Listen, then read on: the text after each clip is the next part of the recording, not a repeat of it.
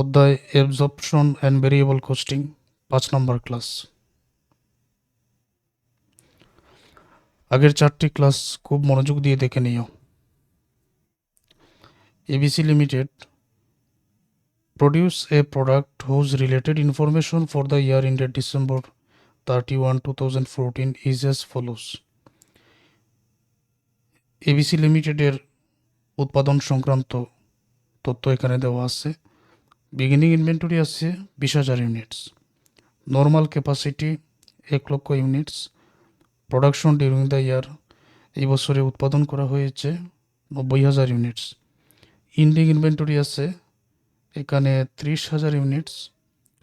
Direct material coast per unit 20 টাকা, direct labour coast per unit প্রতি ইউনিটে দেওয়া কিন্তু 5 টাকা, variable factory overhead per unit 6 টাকা, সেলিং প্রাইস পার ইউনিট 40 টাকা, অ্যানুয়াল ফিক্সড ফ্যাক্টরি ওভারহেড 1 লক্ষ, fixed administrative and marketing expense 60,000, variable administrative and marketing expense 40,000।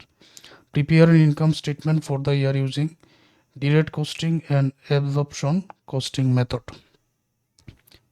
Direct কস্টিংয়ের আরও একটা নাম আছে ভেরিয়েবল কস্টিং। তাহলে ভেরিয়েবল কস্টিং, অ্যাবজর্পশন কস্টিং এই দুইটা কস্টিং মেথডে আমাদের ইনকাম স্টেটমেন্ট তৈরি করতে হবে। এখন আমরা এখানে প্রশ্নটা দেখলাম যে ওয়ার্কিংগুলো করে নিতে হয়, এই ওয়ার্কিংগুলো আমরা লক্ষ্য করব। আমাদের অবশ্যই জানা আছে, আগের ক্লাসগুলো দেখেছি মানে আমরা সবই জানি। সেলস ইউনিটের কোনো একটা মিসিং আছে কিনা একটু দেখে নেই আমরা। এখানে দেখা যাচ্ছে বিগিনিং ইনভেন্টরি আছে 20,000 ইউনিটস, ওকে। এই বছরে যে উৎপাদন প্রোডাকশন আছে 90,000 ইউনিটস, ওকে। ইন্ডিং ইনভেন্টরি 30,000 ইউনিট। এখন এই যে চারটা sales unit, opening inventory, production, ending inventory, চারটার মধ্যে কোনটা মিসিং আছে বলো তো? কী পরিমাণ বিক্রয়? সেলস ইউনিটটা মিসিং আছে। তাহলে সূত্রটা কি? সেলস ইউনিট বের হবে যখন আমরা ওপেনিং ইনভেন্টরি আর প্রোডাকশন যোগ করব, ইন্ডিং ইনভেন্টরিটা বিক করে দিব, ঠিক তখনই সেলস ইউনিট সরাসরি আমরা সহজে পেয়ে যাব। তার মানে আমরা বিগিনিং ইনভেন্টরি 20,000, প্রোডাকশন 90,000, 20,000 আর 90,000 যোগ করব। যোগ করলে কত হবে? যোগ করলে হবে এখানে 1,10,000। তারপর ইন্ডিং ইনভেন্টরি যদি বিক করে দিই 30,000, বাকি থাকবে 80,000, মানে 80,000 ইউনিটস আমরা বিক্রি করে দিয়েছি। এইগুলো একটা। এটাকে দেখো, বর্তমান অঙ্কের মধ্যে এটা 2 নম্বর ওয়ার্কিং করা হয়েছে। Sold units, beginning inventory 20,000, production 90,000, ending inventory 30,000, 20 আর 90 1,10,000 থেকে 30 বাদ দিলে 80,000 ইউনিটস। তাহলে বিক্রয় কী পরিমাণ? 80,000 ইউনিটস। এটা আমরা পেয়ে গেলাম। ম্যানুফ্যাকচারিং কস্ট পার ইউনিট এটাও বাইর করে নেই।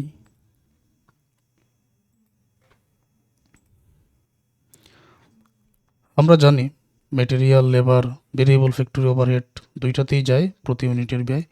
ফিক্সড ফ্যাক্টরি ওভারহেড এটা শুধুমাত্র অ্যাবজর্পশনে আসে, ভেরিয়েবলে আসে না। তো এগুলো তো তোমরা জানো, এগুলো আর না বললেও চলবে। Direct material coast per unit 20 টাকা, উভয়টাতে যাবে।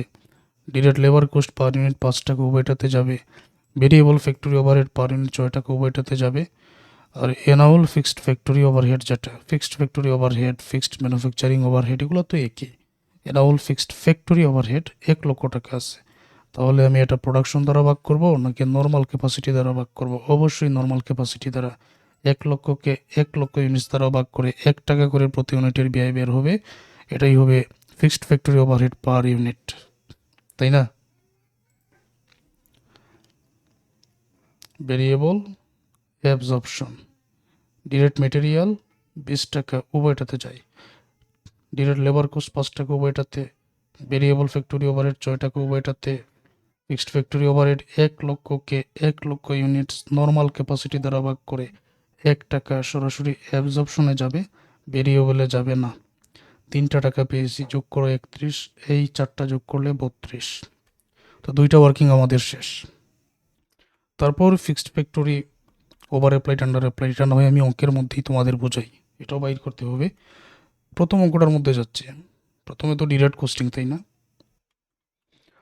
ভেরিয়েবল কস্টিং এটার আরেকটা নাম হচ্ছে ডিরেক্ট কস্টিং। নিয়ম একই, সেলস রেভিনিউ মানে আগের অঙ্কের মতো একই নিয়ম। Sales revenue variable cost of goods sold বলে বিগিনিং ইনভেন্টরি, তার সাথে প্রোডাকশন যোগ, ক্লোজিং ইনভেন্টরি বিয়োগ, আনফেভারেবল স্ট্যান্ডার্ড কোনো কোস্ট থাকলে যোগ বিয়োগ করবো, ফেভারেবল থাকলে যোগ বিয়োগ করবো, গ্রস কন্ট্রিবিউশন মার্জিন পেয়ে যাব।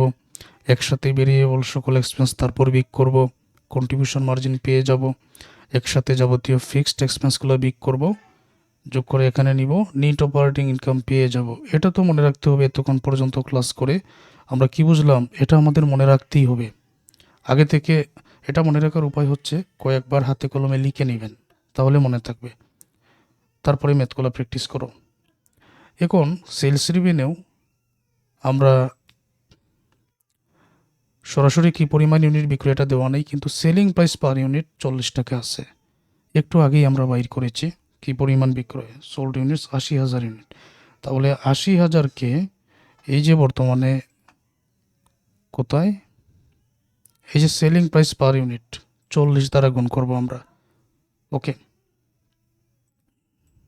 বাকি তথ্যগুলো একসাথে দেখে নেই, একসাথেই লিখে দিব। বিগিনিং ইনভেন্টরি দেখো 20,000 আছে, প্রোডাকশন দেখো 90,000 আছে, এন্ডিং ইনভেন্টরি 30,000 আছে, বিক্রয় তো 80,000। প্রতি ইউনিটে বিক্রয় দেখো এখানে 40 টাকা আছে। এতটুকুর কাজ আগে শেষ করি। আবার এটাও মনে রাখো, ভেরিয়েবলে 31 দ্বারা গুণ, অ্যাবজর্পশনে 32 দ্বারা গুণ। এটা আর দেখাবো না। আবারও বলছি, ভেরিয়েবলে 31 দ্বারা গুণ 3টাকে, আর অ্যাবজর্পশনে 32 দ্বারা গুণ। কোন 3টাকে? এটা উত্তর হলো কোন 3টাকে? এই যে সেলস 80,000 ইউনিট 40 দ্বারা গুণ 32 লক্ষ টাকা। তারপর variable cost of goods sold বলে দেখো, বিগিনিং ইনভেন্টরি 20,000 ছিল, 31 দ্বারা গুণ এত, ম্যানুফ্যাকচারিং কস্ট 90,000 ইউনিট 31 দ্বারা গুণ এত, যোগ করো 34,10,000। এন্ডিং ইনভেন্টরি 30,000 ছিল, 31 দ্বারা গুণ, এটা বিয়োগ করো এই টাকাটা, উপরের টাকা থেকে এটা বিয়োগ করো, 7,20,000 গ্রস কন্ট্রিবিউশন মার্জিন। তারপর নিয়ম অনুযায়ী আমাদের ভেরিয়েবল সকল ব্যয় এখন বিয়োগ করতে হবে, তারপরে ফিক্সড। তো ভেরিয়েবল কোনটা আছে এখানে? ভেরিয়েবল কোথায় দেখো তো, এই যে variable administrative and marketing expense একটাই দেখতে পাচ্ছি, 40,000, আর তো নেই। তো ফিক্সড কোনটা আছে? Fixed administrative and marketing expense একটা 60,000 আছে, আর এনাবল ফিক্সড ফ্যাক্টরি ওভারহেড এটা তো ভেরিয়েবলে আসে, তাই না? এটা অ্যাবজর্পশনে আসে না। তো এই দুইটা টাকা, এই দুইটা fixed, enable fixed factory overhead আর fixed administrative and marketing expense, এই দুইটা ফিক্সড, নিচেরটা ভেরিয়েবল। তো তিনটাই পেয়ে গেলাম। নিয়ম অনুযায়ী আগে ভেরিয়েবলটা এখানে বিক করতে হবে, বিক করলে উপরের টাকা থেকে বিক করলে 6,80,000। এবার একসাথে fixed administrative and marketing expense factory overhead দুইটা যোগ করো, 1,60,000। উপরের টাকা থেকে এটা বিক করো, অপারেটিং ইনকাম পর্যন্ত চলে আসলাম 5,20,000 টাকা। এগুলো তো আর তোমাদের জন্য নতুন নয় যে একেবারে ভেঙে ভেঙে বোঝাতে হবে। এখন 1 নম্বর ক্লাস, 2 নম্বর, 3 নম্বর ক্লাসে যা বোঝানোর বুঝিয়ে দিয়েছি। এখন শুধু তোমরা প্র্যাকটিস করবে। আগের যতটুকু অভিজ্ঞতা অর্জন করলে, আগের ক্লাসগুলো দেখে যতটুকু দক্ষতা অর্জন করলে, এখন সেগুলো প্রয়োগ করে প্র্যাকটিস করবে। অ্যাবজর্পশন কস্টিং নিয়মটা আমরা একবার দেখে নেই। Sales revenue, cost of goods sold লিখে, beginning inventory, production, closing inventory এখন কিন্তু 32 দ্বারা গুণ। এটাতে ফিক্সড ফ্যাক্টরি ওভারহেড আছে, এটা আমি দেখাবো। আর অপারেটিং এক্সপেন্স বলে ভেরিয়েবল ফিক্সড দুইটা ব্যয় আছে অঙ্কের মধ্যে। অবশেষে বিক করে দিলে নেট অপারেটিং ইনকাম চলে আসছে। এখানে প্রোডাকশন আছে 90,000। আমরা অঙ্কটার মধ্যে fixed factory overhead per unit 1 লক্ষকে নর্মাল ক্যাপাসিটি 1 লক্ষ দ্বারা ভাগ করে 1 পেয়েছি। তো 90,000কে 1 দ্বারা গুণ করলে 90,000ই হবে। আর তারপরে 90,000 থেকে এই যে অ্যানুয়াল ফিক্সড ফ্যাক্টরি ওভারহেড যে 1 লক্ষ টোটাল টাকা যদি বিক করি, তখন তো মাইনাসের টাকা চলে আসে। তোমরা শুধু মনে রাখো প্রোডাকশন 90,000। ওকে, সেলস টাইম বসিয়ে দিলাম 80,000 গুণ 40 আগের মতোই। বিগিনিং ইনভেন্টরি 20,000কে এখন 32 দ্বারা গুণ, ম্যানুফ্যাকচারিং কোস্ট 90,000কে এখন 32 দ্বারা গুণ যোগ করো, এন্ডিং ইনভেন্টরি 30,000কে এখন 32 দ্বারা গুণ যোগ করে বিক করো, এটা গুণ করে বিক করো, বিক করলে 25,60,000। আর ওই যেটা বর্তমান অঙ্কের মধ্যে প্রোডাকশন আছে 90,000, fixed factory overhead per unit 1 টাকা করে পেয়েছি অঙ্কের মধ্যে। ফিক্সড ফ্যাক্টরি টোটাল আছে 1 লক্ষ। তাহলে এটা বিক করলে মাইনাসের 10,000 চলে আসে, তার মানে আন্ডার অ্যাপ্লাইড। আর যদি আন্ডার অ্যাপ্লাইড হয়ে যায়, আন্ডার অ্যাপ্লাইড হলে কী হবে? যোগ হয়ে যাবে। এই যে 10,000 যোগ হয়েছে, 25,60,000, 10 25,70,000। উপরের টাকা থেকে এটা বিক করলে 6,30,000 গ্রস ইনকাম আমরা এই জায়গায় পেয়ে গেলাম। পরে কি পরে হচ্ছে যাবতীয় ব্যয় একসাথে বাদ দিয়ে দাও। একটা আছে এনাউল ফিক্সড ফ্যাক্টরি ওভারহেড, এটা তো আর আসবে না। Fixed administrative and marketing expense এটা আসবে, আর variable administrative and marketing expense এটা আসবে। এই দুইটা নিয়ে আসো। Variable administrative marketing expense 40,000, fixed administrative marketing expense 60,000, দুইটা যোগ করো 1,00,000। উপরের টাকা থেকে এটা বিক করো, দেয়ার আনসার। হাতে কলমে প্র্যাকটিস করো, ম্যাথগুলো সহজ, ইনশাআল্লাহ তোমাদের পরীক্ষায় যেটা আসবে ওইটা তোমরা পারবে। পরবর্তী ক্লাসগুলো দেখে নাও যারা পেইড কোর্সে ভর্তি আসছো।